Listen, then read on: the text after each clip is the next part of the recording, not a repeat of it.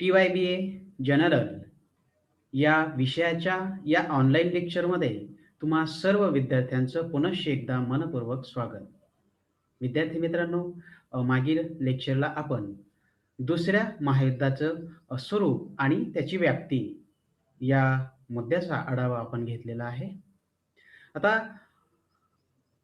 वेगवेगळ्या उपघटकांनुसार आता पुढचा जो आपला उपघटक आहे, तो म्हणजे दुसऱ्या महायुद्धाचे परिणाम. म्हणजे या अगोदर आपण दुसऱ्या महायुद्धाची कारणं बघितली, पार्श्वभूमी बघितली.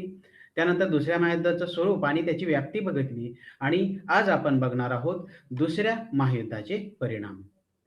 म्हणजे ज्याप्रमाणे पहिलं जागतिक महायुद्ध घडून आलं आणि त्याच्यानंतर जगाच्या राजकारणावर जे काही विपरीत परिणाम घडून आले, त्याचा आढावा आपण अगदी पहिल्या सेमेस्टरमध्ये घेतलेला होता.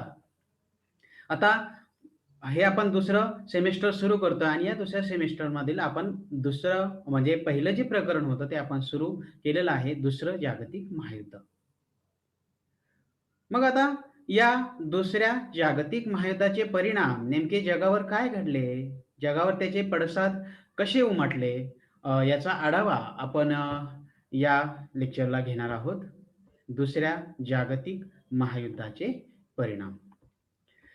मग आता या युद्धाचे परिणाम खरं तर पहिल्या जागतिक महायुद्धानंतर जी काही परिस्थिती उद्भवलेली होती, अगदी व्हर्सायचा तह म्हणजे तिथं जे मेन होतं आपण मग पहिल्या महायुद्धाचं जे काही आपण कारणं बघत होतो, त्या कारणानंतर आपण त्यावेळेसही वेगवेगळे जे विपरीत परिणाम होते, ते आपण या पहिल्या सत्रामध्ये अभ्यासलेले आहे. मग अगदी त्याच स्टेपने आपण इथं जाणार आहोत. मग ठीक आहे, दुसरं जागतिक महायुद्ध घडून आलं. त्याचे अ, त्याचं स्वरूप काय होतं, त्याची व्याप्ती कशी होती, याचा देखील आपण आढावा घेतलेला आहे. मग आता या दुसऱ्या जागतिक महायुद्धाचे जगावर नेमके काय परिणाम घडून आले? आता सर्वप्रथम आपण एक प्रास्ताविक स्वरूपात जर बघायचं झालं तर म्हणजे या पहिल्या महायुद्धाच्या तुलनेत या दुसऱ्या महायुद्धाचा जर आपण विचार केला तर ते अतिशय व्यापक अशा स्वरूपाचं आणि घातक अशा स्वरूपाचं युद्ध होतं. मग त्यामुळं काय झालं, जागतिक राजकारणावर एक पडसाद उमटणं म्हणजे ही अनिवार्य बाब होती. म्हणजे त्याच्यात काही शंका नाही, की कारण एवढं व्यापक आणि घातक स्वरूप जर त्याला असेल, तर निश्चितच जागतिक राजकारणावर त्याचे पडसाद किंवा परिणाम उमटणार होते. हे निश्चितच होतं. मग दुसऱ्या महायुद्धामुळं अनेक राष्ट्रांचं जनजीवन हे जवळ पूर्णपणे विस्कळीत झालेलं होतं. यातून हुकुमशाहीचा विनाश झाला. म्हणजे असं म्हटलं जातं, की दुसऱ्या जागतिक महायुद्धानंतर हुकुमशाहीचा विनाश झाला. ठीक आहे, इथपर्यंत ठीक आहे. पण असं असलं तरी देखील अनेक जे काही दुष्परिणाम होते, ते देखील या जगाला सहन करावे लागलेले होते. म्हणजे प्रचंड प्रमाणात आर्थिक आणि जी काही जीवितहानी होती, ती झालेली होती. म्हणजे अनेक जी काही बडी राष्ट्र होती, जी पराभूत झालेली होती. यातून अमेरिका व रशियाचा एक जागतिक महासत्ता म्हणून उदय झालेला आपणास दिसतो. मग या 2 राष्ट्रांचे वर्चस्व पुढील काळामध्ये जागतिक राजकारणावर निर्माण झालेले दिसते. म्हणजे एक जागतिक महासत्तांचा उदय या नावाचं एक प्रकरण देखील आपण या सत्रामध्ये अभ्यासणार आहोत. म्हणजे त्यामध्ये एक येतं अमेरिका आणि तुमचा रशिया म्हणजे या 2 राष्ट्रांनी आपल्या जगावर कसा प्रभाव उमटवला याचा आढावा आपण घेणार आहोत. म्हणजे दुसरं महायुद्ध हे शांतता यंत्रणेतील कमतरतेमुळे उद्भवलं, असं म्हटलं जातं. त्यामुळे शांतता रक्षणासाठी खंबीर अशी उपाययोजना करण्याची आवश्यकता ही अगदी त्यावेळी जाणवू लागली आणि दुसरे महायुद्ध हे जागतिक राजकारणास एक वेगळे वळण देणारे ठरले, असं देखील म्हटलं जातं. त्यामुळे या दुसऱ्या जागतिक महायुद्धाचे नेमके काय परिणाम झाले याचा अभ्यास करणं आपणास गरजेचं ठरतं. आता त्यामध्ये पहिलं आहे मानवहानी व वित्तहानी. बघा आता दुसऱ्या महायुद्धात अतिशय मोठ्या प्रमाणावर जीवितहानी देखील झालेली होती आणि वित्तहानी देखील घडून आलेली होती. म्हणजे वेगवेगळ्या राष्ट्रांचा जर आपण विचार केला तर त्यामध्ये ब्रिटन होतं तुमचा, फ्रान्स होता, जर्मनी, इटली, जपान, अमेरिका आणि रशिया. म्हणजे ही जी काही बडी राष्ट्र होती या राष्ट्रांनी या युद्धात प्रत्यक्ष भाग घेतलेला होता. त्यामुळं त्यांना अधिक जो काही संहार होता, तो त्यांना सहन करावा लागला होता. जे लक्षावधी माणसं जी होती या युद्धामध्ये मृत्युमुखी पडलेली दिसतात. तर अगदी त्याच प्रमाणात बघितलं तर मोठ्या प्रमाणावर म्हणजे लाखोनी जे काही संख्या होती, अनेक लोक हे जखमी झालेले होते. म्हणजे जेवढे मृत्युमुखी झाले तेवढे जखमी देखील झालेले होते. म्हणजे नागरी संपत्तीचं देखील आपण जर बघितलं तर बॉम्ब हल्ल्यामध्ये मोठ्या प्रमाणावर नुकसान झालेलं होतं. म्हणजे युद्ध काळात जे काही कौटुंबिक जीवन होतं, ते पूर्णपणे उद्ध्वस्त झालेलं दिसतं. म्हणजे युद्धात बेचिराख झालेल्या देशांचं आर्थिक जे काही भवितव्य होतं, ते पुढील काळामध्ये अतिशय कठीण बनलेलं दिसतं. म्हणजे इंग्लंड हे विजयी राष्ट्र होतं, पण ते विजयी राष्ट्र असून देखील ते पुढील काळामध्ये दुबळं बनलेलं आपणास दिसून येतं. म्हणजे या महायुद्धाची जी काही झळ होती ती आशिया व आफ्रिका खंडातील जे काही अनेक देश होते, या देशांना देखील ती झळ सहन करावी लागली होती. त्यामुळं काय झालं, मग अशा प्रकारे युद्धाचा म्हणजे मोठ्या प्रमाणावर मानवहानी झाली, वित्तहानी झाली आणि जगावर त्याचे असे विपरीत असे परिणाम घडून आले. मग याच्यातूनच पुढं काय झालं, आर्थिक बाबतीत पूर्णपणे एक आपण काय म्हणतो विषमता निर्माण झाली आणि त्याच्यातूनच एक मोठ्या प्रमाणावर दारिद्र्य निर्माण झालेलं होतं आणि दारिद्र्यात वाढ घडून आलेली होती. म्हणजे थोडक्यात काय परिणाम सांगता येईल पहिला, की मानवहानी मोठ्या प्रमाणावर झालेली मानवहानी व वित्तहानी. त्यानंतर दुसरं आहे आर्थिक परिणाम. म्हणजे या दुसऱ्या महायुद्धाचा जर आपण विचार केला, तर हजारो जी काही शहरं होती किंवा जी तुमची खेडी होती, ती पूर्णपणे उद्ध्वस्त झालेली दिसतात. म्हणजे जी काही कारखाने होते, ज्या काही शाळा होत्या, दवाखाने होते, ज्या काही सरकारी इमारती होत्या आणि वेगवेगळे काही हॉटेल्स होते, यासारख्या असंख्य ज्या इमारती होत्या, त्या पूर्णपणे नष्ट झालेल्या आपणास दिसतात. म्हणजे अनेक नागरिकांची जी काही घरं होती, ती घरं देखील या युद्धामध्ये, बॉम्ब हल्ल्यामध्ये उद्ध्वस्त झालेली दिसतात.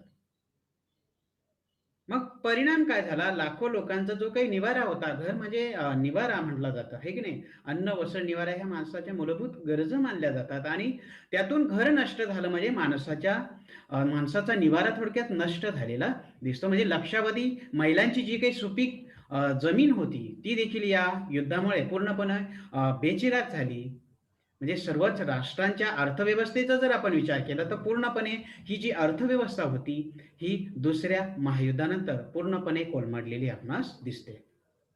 म्हणजे या युद्धाचा जर आपण म्हणतो खर्च जो म्हणतो ना, तो एकूण खर्च किती तर अगदी $13,000 कोटी वरती हा गेलेला होता. म्हणजे सरासरी आपण अंदाजे सांगायचं झालं तर $13,000 कोटी चा आकडा या युद्धाने पार केलेला होता. म्हणजे एवढा प्रचंड असा खर्च या दुसऱ्या जागतिक महायुद्धावर झालेला दिसतो. मग पुढे वर्षानुवर्ष काय झालं, की हे जे काही नुकसान होतं, हे नुकसान भरून काढण्यात त्या राष्ट्राला अपयश आलेलं आपणास दिसतं. म्हणजे ते नुकसान जे होतं ते काही लवकर अगदी नुकसान झालं आणि लगेच भरून काढलं असं झालेलं नाही. मग या युद्धामुळं काय झालं? मोठ्या प्रमाणावर मग दुष्काळ निर्माण झाला, वस्तूंची टंचाई निर्माण झाली. मोठ्या प्रमाणात महागाई वाढली, चलनवाढ झाली आणि त्यातल्या त्यात रोगराई जी होती ती मोठ्या प्रमाणावर पसरू लागलेली होती. म्हणजे असे जे काही अनेक प्रश्न होते या दुसऱ्या महायुद्धानंतर उद्भवलेले दिसतात. त्यानंतर कापड, औषधे, रॉकेल, कोळसा म्हणजे इत्यादी तसेच निरुपयोगी वस्तूंचा जो काही तुटवडा होता, तो निर्माण झालेला होता. म्हणजे अनेक आर्थिक परिणाम या युद्धाचे आपणास दिसून येतात. त्यानंतर आहे साम्राज्यांचं विघटन. जे ब्रिटन, फ्रान्स, त्यानंतर हॉलंड किंवा तुमचा तो इटली असेल, या युरोपीय राष्ट्राची आशिया आणि आफ्रिका खंडामध्ये काय होतं साम्राज्य होती. मग महायुद्धाच्या प्रचंड ताणाकडे या साम्राज्यवादी सत्ता मोठ्या प्रमाणात म्हणजे दुर्बल झालेल्या आपणास दिसतात. आपली जी काही साम्राज्य होती, ती सांभाळणं त्यांना आर्थिकदृष्ट्या अगदी कठीण जाऊ लागलं. कारण की आर्थिक परिस्थिती ही पूर्णपणे कोलमडलेली होती. अर्थव्यवस्था ही पूर्णपणे ढासळलेली होती आणि अशा परिस्थितीत या साम्राज्याचं रक्षण कसं करायचं? त्या सांभाळायच्या कशा? आर्थिकदृष्ट्या अगदी त्यांना ते जे काही प्रश्न होते ते त्यांना जाणवू लागले आणि देशांतर्गत पुनर्घटनेकडे लक्ष त्यांना द्यावे लागले. म्हणजे साम्राज्यवाद्यांचं दौर्बल्य लक्षात घेऊन वसाहतीमध्ये आणि परतंत्र देशांमध्ये पुन्हा एकदा काय झालं, की राष्ट्रीय चळवळी ज्या होत्या, या चळवळींनी जोर घेतलेला दिसतो. मग थोडक्यात काय झालं, हा जो काही दुहेरी परिणाम होता, या दुहेरी परिणामामुळे काय झालं, जुन्या साम्राज्याचं काय झालं, विघटन झालं आणि अनेक अशी स्वतंत्र नवीन राष्ट्र निर्माण झालेली दिसतात. म्हणजे थोडक्यात काय, दुसऱ्या महायुद्धाचा परिणाम काय, की साम्राज्यांचं विघटन झालं. हा दुसऱ्या महायुद्धाचा एक परिणाम मानला जातो. त्यानंतर पुढचा जो परिणाम आहे, तो म्हणजे हुकुमशाहीचा शेवट. दुसऱ्या महायुद्धापूर्वी युरोपात म्हणजे जर्मनी व इटली म्हणजे आपण बघितलं आहे की नाही, हुकुमशाहीचा उदय या प्रकरणाचा अभ्यास करताना आपण जर्मनी आणि इटली आणि अगदी तिसरा आपण तुर्कस्तान बघितलेला होता. पण युरोपचा विचार जर केला तर जर्मनी व इटलीमध्ये हुकुमशाही अस्तित्वात आलेली होती. मुसोलिनीने काय केलं, त्याच्या फॅशिस्ट तत्वज्ञानाचा वापर केला आणि पुरस्कार करून थोडक्यात लोकांवर नियंत्रण प्रस्थापित करण्याचा त्याने प्रयत्न केला. तसंच त्याच बाबतीत मग जर्मनीमध्ये देखील काय झालं, हिटलरने नाझीवादाचा पुरस्कार केला आणि त्यातून ज्यू लोकांचा द्वेष करत त्या ज्यू लोकांचा अगदी सर्वनाश करण्याचा प्रयत्न या ॲडॉल्फ हिटलरने केलेला होता. मग दुसऱ्या महायुद्धामुळं जर्मनी व इटलीचा पराभव झाला हे देखील आपण बघितलंय, की पुढं दुर्बलता कशी त्यांच्यात येत गेली आणि शेवट त्यांचा पराभव अगदी कसा झाला. त्यानंतर युद्धाची जबाबदारी जर्मनीवर टाकण्यात आली. आपण बघितले, की या पहिल्या जागतिक महायुद्धासाठी सर्वस्वी कोण जबाबदार असेल, तर ती म्हणजे जर्मनी आणि जर्मनीवर मग आपण बघितलं त्यांच्या युद्धखंडणीचा एक प्रकार थोडक्यात त्यांच्यावर लादण्यात आला आणि व्हर्सायचा तह त्यांच्यावर लादून अनेक वेगवेगळ्या जाचक आणि अन्यायकारक अशा अटी या जर्मनीवर लादण्यात आलेल्या होत्या. मग जर्मनीचे पुढील काळामध्ये 4 भागामध्ये विभाजन करण्यात आले व त्या प्रत्येकावर मग इंग्लंड किंवा रशिया, तुमचा फ्रान्स आणि अमेरिका यांचं नियंत्रण प्रस्थापित करण्यात आलं. म्हणजे जर्मनीकडून लष्कर आणि शस्त्रास्त्र काढून घेण्यात आली. जपानने शरणागती पत्करल्यामुळं काय झालं, फार्मोसा जो प्रदेश होता तो चीनला परत करण्यात आला. म्हणजे अशा प्रकारे ज्या प्रदेशात हुकुमशाही अस्तित्वात होती, त्या हुकुमशाहीचा शेवट या दुसऱ्या जागतिक महायुद्धामुळे झाला. असा हा एक चांगला परिणाम आपणास म्हणता येईल. म्हणजे दुसऱ्या जागतिक महायुद्धामुळं हुकुमशाहीचा जिथे-जिथे हुकुमशाही अस्तित्वात होती, तेथे-तेथे ती लोप पावलेली दिसते. त्यानंतर आहे जागतिक सत्ता म्हणून अमेरिकेचा उदय किंवा जागतिक महासत्ता म्हणून अमेरिकेचा उदय. मग दुसऱ्या महायुद्धाचा म्हणजे अगदी जेव्हा दुसरं महायुद्ध घडून आलं आणि त्याच्यानंतरची जर आपण परिस्थिती बघितलं तर अगदी त्यातून व्यवस्थित आणि अगदी सही सलामत बाहेर पडलेलं राष्ट्र म्हणजे कोणतं? तर ते म्हणजे अमेरिका. कारण अमेरिकेने काय केलं होतं, अमेरिकेला ठीक आहे थोडीफार जी काही प्राणहानी होती त्या अमेरिकेला सहन करावी लागलेली होती. परंतु अमेरिकन भूमी ही युद्धापासून सुरक्षित राहिली, अलिप्त राहिली. त्यामुळे त्यांचं फार मोठ्या अशा प्रमाणावर नुकसान झालेलं नाही. त्यामुळे इतर राष्ट्रांच्या अर्थव्यवस्था अगदी कोलमडत असताना अमेरिकेला काय होत होता? फायदा होत होता. कारण यांना एक पुरवठादार राष्ट्र म्हणून अमेरिका त्यावेळी जगाच्या पटलावर उदयास आलेला आपणास दिसतो. म्हणजे थोडक्यात काय, की जेव्हा ते अमेरिका सर्वांना पुरवठादार, भांडवलदार राष्ट्र म्हटलं जातं, म्हणजे त्याची जी अर्थव्यवस्था होती, ती अतिशय मजबूत बनत गेली हळू-हळू. म्हणजे त्याच्यातूनच मग जागतिक महासत्ता म्हणून अमेरिकेचा जगाच्या राजकारणामध्ये उदय झालेला आपणास दिसतो. म्हणजे इतर राष्ट्रांना त्यांनी मदत करण्यातून काय केलं, थोडक्यात त्यांचा व्यापार पुढील काळामध्ये वाढत गेला.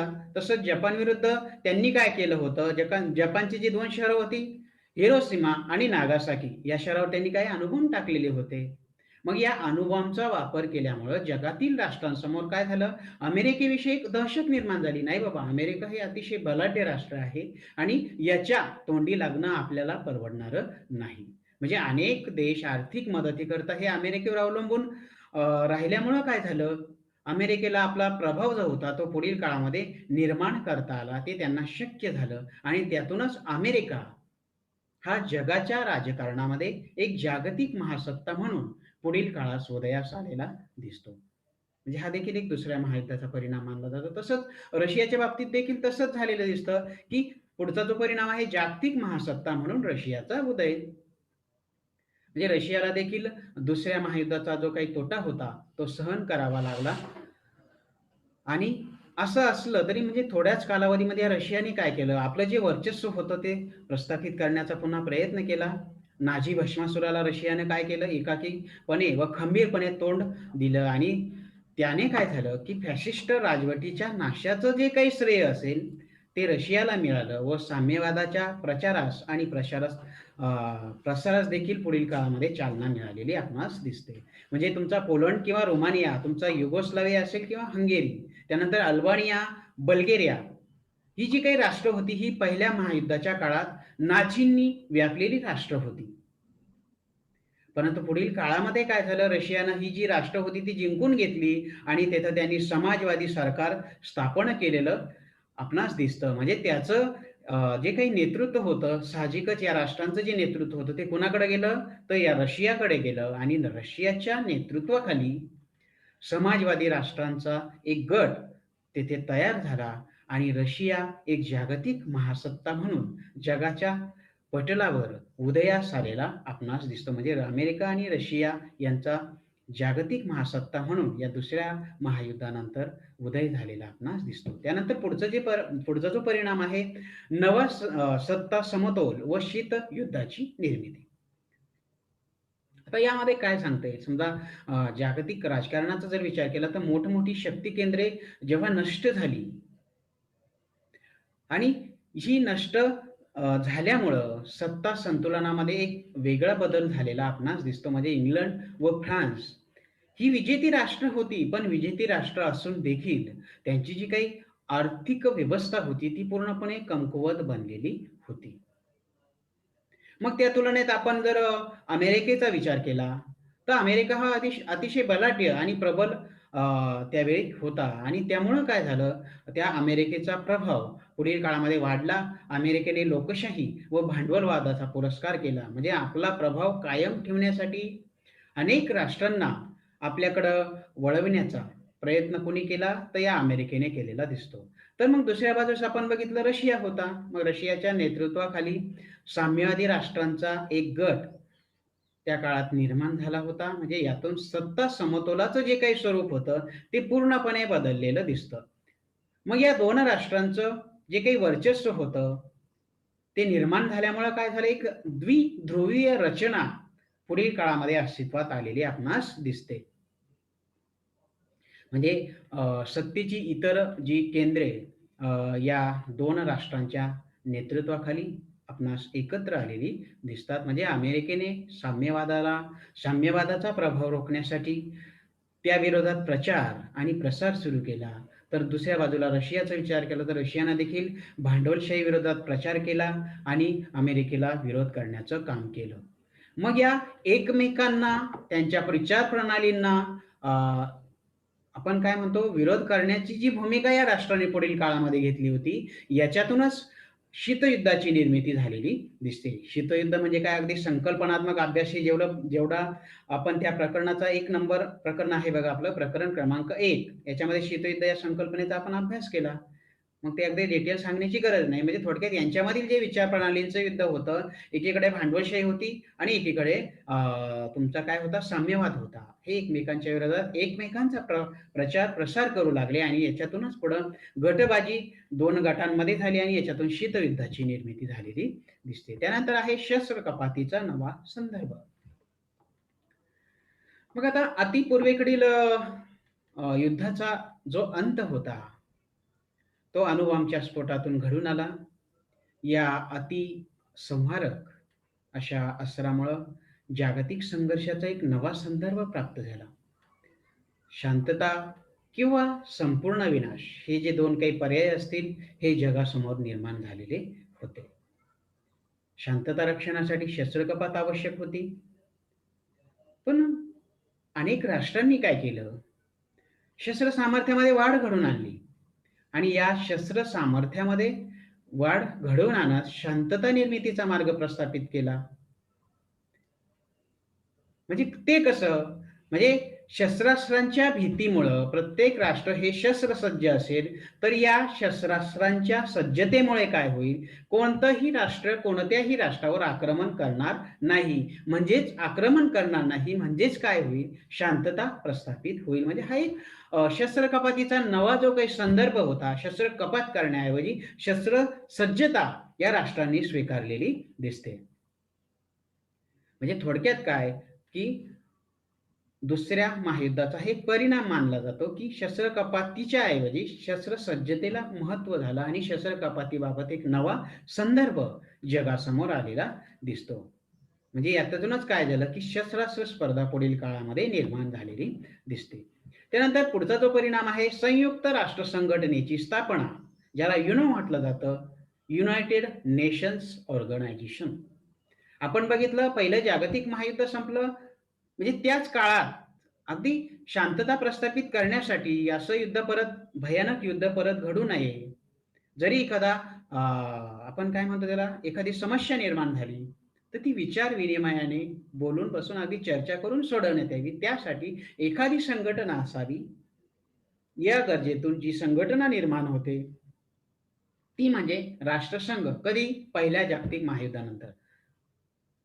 म्हणजे आपल्या दुसरं महायुद्ध रोखण्यासाठी अपयशी ठरल्यामुळं या राष्ट्रसंघाला पुढील काळामध्ये फारसं महत्त्व उरलेलं नाही आणि पुन्हा एकदा एक नवीन आंतरराष्ट्रीय संघटनेची गरज निर्माण झाली. या महायुद्धासारखं संकट पुन्हा जगावर कोसळू नये. ऑलरेडी 2 जागतिक महायुद्ध घडून गेली आणि आता तिसरं असा काही प्रकार होऊ नये. त्यासाठी जगात शांतता नांदावी. राष्ट्रातील जे काही तंटे असतील, वाद असतील, ते समोपचाराच्या मार्गाने, वाटाघाटीच्या मार्गाने मिटवावेत. तसंच जे काही आर्थिक व सामाजिक सुरक्षितता आपणास कशी मिळवता येईल, यासाठी एक शक्तिशाली संघटना जागतिक पातळीवर आवश्यक होती आणि मग यातूनच संयुक्त राष्ट्र संघटनेच्या स्थापनेचा जो काही मसुदा होता, तो 1944 साली तयार करण्यात आला. तर कुठे? तर डंबार्टन ओक्स येथे तो तयार करण्यात आला.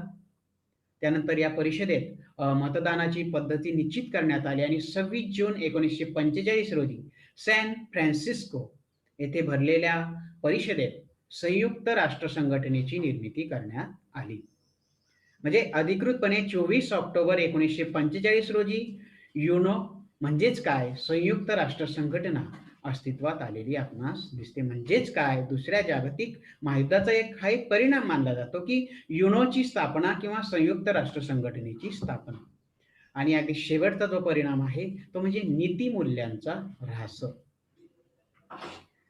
या जागतिक महायुद्धामुळे मानवी समाजाचं जे काय होतं अधःपतन घडून आलेलं दिसतं. या युद्धात भाग घेतलेल्या राष्ट्रांनी मोठ्या प्रमाणावर अत्याधुनिक शस्त्रास्त्रांचा वापर केला. आधुनिक शस्त्रास्त्रांचा वापर केला आणि हा वापर करून मानवजातीचा आत्तापर्यंत कधीही झाला नव्हता, एवढा प्रचंड असा संहार या राष्ट्रांनी घडवून आणलेला होता. म्हणजे हिटलर व मुसोलिनी या 2 हुकुमशहांनी आपल्या ताब्यातील लोकांचा मोठ्या प्रमाणावर छळ केला. ज्यू लोकांचा केलेला संहार हे नीतिमूल्यांच्या ऱ्हासाचंच एक उदाहरण आपणास दिसतं. ज्यू लोकांचा ऱ्हास का करण्यात आला? त्यांचा संहार का करण्यात आला? की हिटलरचं असं मत होतं, की पहिल्या जागतिक महायुद्धामध्ये पराभव कुणामुळे झाला असेल? त्याला केवळ आणि केवळ जबाबदार हे ज्यू लोक आहेत. म्हणून त्याने त्या ज्यू लोकांचा प्रचंड द्वेष केला आणि त्यांचा संहार घडवून आणला. म्हणजे हे काय झालं एक नीतिमूल्याचा ऱ्हास झाल्याचंच एक उदाहरण होतं. तुम्ही एखाद्या मानवी वंशाचा नाश करताय, संहार करताय म्हणजे हा इथं कुठेतरी तुमच्या नीतिमूल्यांचा ऱ्हास झालाय असं आपणास दिसून येतं. या नैतिक अधःपतनामुळे काय झालं, चांगल्या नीतिमूल्यांचा ऱ्हास झाला व माणसाच्या जीवनामध्ये काय झालं, एक निराशा आली. म्हणजे अशा प्रकारे आपण बघितलं की वेगवेगळी जे 10 परिणाम आपण अभ्यासले, की दुसऱ्या जागतिक महायुद्धाचे परिणाम काय होते, त्याचा आढावा आपण घेतला. पण म्हणजे दुसऱ्या महायुद्धाचा मार्ग स्वीकारून जगातील अगदी बड्या राष्ट्रांनी आपापसातील जे काही वैर असेल, वाद असतील, तंटे असतील, जे काही वेगवेगळे वाद उत्पन्न करणारे काही प्रश्न असतील, हे मिटवण्याचा प्रयत्न केला. मात्र आपापसातील संघर्ष मिटवण्यासाठीच जागतिक प्रश्नांची सोडवणूक करण्यासाठी युद्धाचा मार्ग उपयोगी ठरत नाही, याची प्रचिती पुन्हा एकदा जगाला झाली आणि त्यामुळं शांतता रक्षणाच्या मार्गास महत्त्व प्राप्त होऊन जग पुढील काळामध्ये काय झालं, अशा महायुद्धापासून अलिप्त राहिलेलं दिसतं. म्हणजे ठीक आहे बाबा, की आपले जे काही प्रश्न असेल, ते जर आपल्याला सोडवायचे असेल, आपल्यातील जे काही वाद असतील, जे तंटे असतील, ते जर आपल्याला सोडवायचे असतील, तर यामधून आपण दुसऱ्या म्हणजे महायुद्धाचा अवलंब करू आणि याच्यातून आपले प्रश्न सोडवू, असं या राष्ट्रांना वाटत होतं. पण तसं काही झालेलं नाही. यातून पुन्हा आणखी गंभीर प्रश्न निर्माण झाले. वेगवेगळे परिणाम या जगावर त्याचे वेगवेगळे पडसाद उमटले. मग आता पुढील काळामध्ये असं युद्ध नको, अशी एक थोडक्यात त्यांचं एक आपण काय म्हणतो, मत तयार झालं आणि आपल्याला महायुद्धापासून अलिप्त कसं राहता येईल, असं या राष्ट्रांनी एक विचार केला. ठीक आहे. हे झाले दुसऱ्या जागतिक महायुद्धाचे परिणाम. या लेक्चरला आपण अभ्यासलेले आहेत. अगदी ब्रॉड क्वेश्चनमध्ये हा प्रश्न विचारला जाऊ शकतो. जे विद्यापीठाचं शेड्यूलचा जर विचार केला, तर आता तुमची एक्झाम अगदी जशी रिटन ATची व्हायची आपली अगदी फायनल एक्झाम, तशी होईल, की अगदी ऑब्जेक्टिव्ह होईल यात काही अजूनही सांगता येत नाही. पण अगदी जुन्या प्रश्नपत्रिकांचं स्वरूप जर बघितलं, तर जवळ ब्रॉड क्वेशन हा साधारण 15 मार्क्सला विचारला जाऊ शकतो. दुसऱ्या जागतिक महायुद्धाचे परिणाम स्पष्ट करा. ठीक आहे. आज आपण इथे थांबूया. पुन्हा भेटूया पुढील लेक्चरला एका नवीन मुद्द्यासह. पुढील लेक्चरला आपण संयुक्त राष्ट्र संघ या मुद्द्याचा आपण आढावा घेणार आहोत. सो आज आपण इथे थांबूया. धन्यवाद.